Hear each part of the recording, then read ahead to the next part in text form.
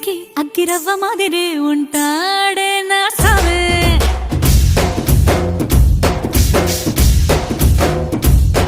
మెత్తాని పత్తి పువ్వుల మరే సంటాడే